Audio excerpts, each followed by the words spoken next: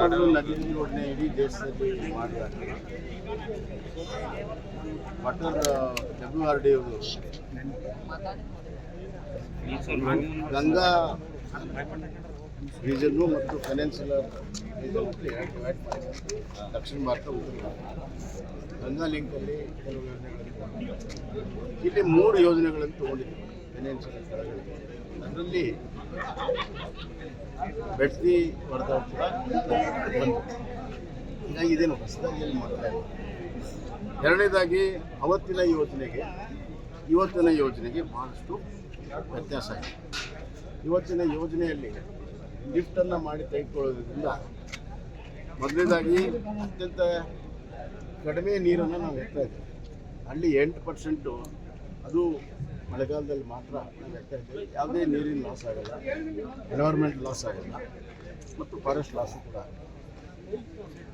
ಇದರ ಬಗ್ಗೆ ರಾಜ್ಯ ಸರ್ಕಾರ ಆ ಭಾಗದಲ್ಲಿ ಸ್ವಾಮೀಜಿಗಳ ನೇತೃತ್ವದಲ್ಲಿ ನಡೆಯುವಂಥ ಹೋರಾಟಕ್ಕೆ ಮನವರಿಕೆಯನ್ನು ಮಾಡಿಕೊಡ್ಬೇಕು ಅಂತ ಈಗಾಗಲೇ ನಾನು ಕೇಳ್ಕೊಂಡಿದ್ದೇನೆ. ರಾಜ್ಯ ಸರ್ಕಾರ ಸಭೆ ಕರೆಗಿ ನಮ್ಮ ಭಾಗದ ಪ್ರಮುಖರನ್ನ, ನಾಯಕರನ್ನ ಮತ್ತು ಜನಪ್ರತಿನಿಧಿಗಳನ್ನು ಕರೀಲಿ, ಆ ಕಡೆ ಜನಪ್ರತಿನಿಧಿ ಕರೀಲಿ. ಎಲ್ಲಕ್ಕಿಂತ ಹೆಚ್ಚಾಗಿ ಎಕ್ಸ್ಪರ್ಟ್ಸನ್ನು ಕರೆಸಿ,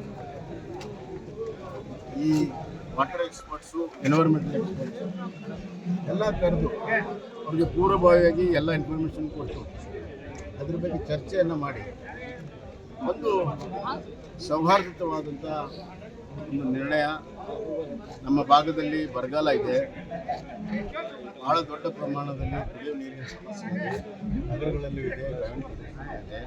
ಈಗಾಗಲೇ ನಾವು ಕುಡಿಯುವ ನೀರಿನ ಯೋಜನೆ ಮಾಡಿದ್ದೇವೆ ನಿಜ, ಆದರೆ 365 ದಿವಸ ನೀರನ್ನು ಕೊಡೋಕ್ಕೆ ಸಾಧ್ಯ ಆಗ್ತಾ ಇದೆ.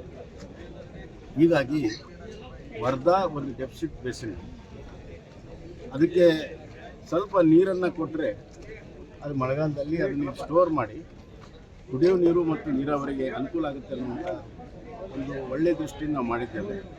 ಈ ವಿಚಾರವನ್ನು ಭಾವನಾತ್ಮಕವಾಗಿ ನೋಡಬಾರ್ದು ಅಂತ ನನ್ನ ಕಳಕಳಿ ವಿನಂತಿ. ಸರ್, ಪ್ರಮುಖವಾಗಿ 1 ನಿಮಿಷ ಕೇಳ್ತೀನಿ. ಇದನ್ನು ಭಾವನಾತ್ಮಕವಾಗಿ ನೋಡಬಾರ್ದು. ಯಾಕಂತಂದರೆ ಈ ವಿಚಾರಗಳಲ್ಲಿ ವಸ್ತು ಅಂಶ ಬಹಳ ಮುಖ್ಯ.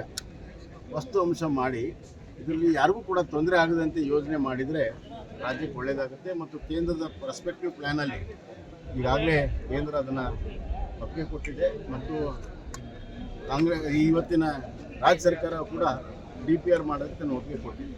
DPR ಬರಲಿ, ಎಲ್ಲ ವಿಚಾರಗಳು ಅದರಲ್ಲಿ ಅಳವಡಿಕೆ ಆಗಿರ್ತದೆ. ಅದರ DPR ನಂತರ ಒಂದು ಸಭೆಯನ್ನು ಕರೀಲಿ. DPR ನಂತರ ಸಭೆಯನ್ನು ಕರೆದು ಅವ್ರಿಗೆ ಬೇಕಾದರೆ ಪ್ರತ್ಯೇಕ ಕರೆದ್ರೂ ಅಡ್ಡಿಲ್ಲ, ನಮ್ಮ ಜೊತೆಗೆ ಕರೆದ್ರೂ ಅಡ್ಡಿಲ್ಲ. ಒಟ್ಟಾರೆ ಯೋಜನೆ ಆಗೋದು ಅವಶ್ಯಕತೆ ಇದೆ, ಅತ್ಯಂತ ಅವಶ್ಯಕತೆ ಇದೆ. ಯಾವುದೇ ನದಿ ನಿಂತು ನೀರಲ್ಲ, ಹರಿತದೆ. ಇವತ್ತು ಕೃಷ್ಣ ಮಹಾರಾಷ್ಟ್ರದಲ್ಲಿ ಹುಟ್ಟಿ ನಮ್ಮ ಕರ್ನಾಟಕದಲ್ಲಿ ಹರಿದು ಆಂಧ್ರದಲ್ಲಿ ಹರಿತಾ ಇದೆ. ನಾವು ಬರೀ ಮಹಾರಾಷ್ಟ್ರದಲ್ಲಿ ಇಟ್ಕೊಳ್ತೀವಿ ಅಂತ ಹೇಳಕ್ಕೆ. ಹೀಗಾಗಿ ಹುಟ್ಟಿದ ಪ್ರದೇಶದಿಂದ ಹರಿಯುವಂಥ ಎಲ್ಲ ಪ್ರದೇಶಗಳು ಹಲವು ಕೂಡ ಯೋಜನೆಗಳನ್ನು ಕೂಡ ಸರ್ಕಾರಗಳು ಮಾಡ್ಕೊಂಡು ಬಂದಿದೆ. ಇದು ಅತ್ಯಂತ ಸೂಕ್ತವಾಗಿರುವಂಥದ್ದಕ್ಕೆ ಕೇಂದ್ರ ಮತ್ತು ರಾಜ್ಯ ಸರ್ಕಾರ ಒಪ್ಪಿಗೆ ಕೊಟ್ಟಿದೆ. ಇದು ಆಗುವಂಥದ್ದು ಅತ್ಯಂತ ಅವಶ್ಯಕತೆ ಇದೆ. ಇದನ್ನು ನಾವು ಯಾವುದೇ ರೀತಿಯ ಚರ್ಚೆ ಮಾಡಲು ಕೂಡ ನಾವು ಸಿದ್ಧರಿದ್ದೇವೆ. ಇದನ್ನು ಮಾತುಕತೆಯ ಮುಖಾಂತರ ಇದನ್ನು ಬಗೆಹರಿಸಬೇಕು. ನಮಗೆ ಅವರ ವಿಚಾರಗಳ ಬಗ್ಗೆ ನಮ್ಗೆ ಗೌರವ ಇದೆ, ಆದರೆ ಸತ್ಯಾಂಶಗಳ ಮೇಲೆ, ವಾಸ್ತವಾಂಶದ ಮೇಲೆ ಆಗಬೇಕು, ಭಾವನಾತ್ಮಕವಾಗಿ ಆಗಬಾರ್ದು. ಮತ್ತು ಇನ್ನೊಂದು ವಿಚಾರ ಈಗ ಪ್ರಮುಖ ಪಾಯಿಂಟ್ ಬಂದಿದೆ. ನಾವು ಎಲ್ಲ ಒಂದು ದೊಡ್ಡ ಸಭೆಯನ್ನು ಹಾವೇರಿಯಲ್ಲಿ ಶೀಘ್ರದಲ್ಲೇ ಕರೀತಾ ಇದ್ದೇವೆ. ಮತ್ತು ನಾವು ಕೂಡ ಜನಜಾಗೃತಿ, ಜನಾಭಿಪ್ರಾಯ, ಇದಕ್ಕೆ ಅವಶ್ಯಕತೆಯ ಬಗ್ಗೆ ಜನರ ಒಲವು ಏನಿದೆ ಅನ್ನೋದನ್ನು ವಿವಿಧ ಕಾರ್ಯಕ್ರಮಗಳು ಹಾಕುವ ಮುಖಾಂತರ, ಇನ್ಕ್ಲೂಡಿಂಗ್ ಸಮಾವೇಶ, ವಿವಿಧ ಕಾರ್ಯಕ್ರಮ ಹಾಕುವ ಮುಖಾಂತರ ನಾವು ಕೂಡ ಮಾಡ್ತಾ ಇದ್ದೀವಿ ಅನ್ನೋದನ್ನು ಹೇಳಕ್ಕೆ ಇಚ್ಛೆ.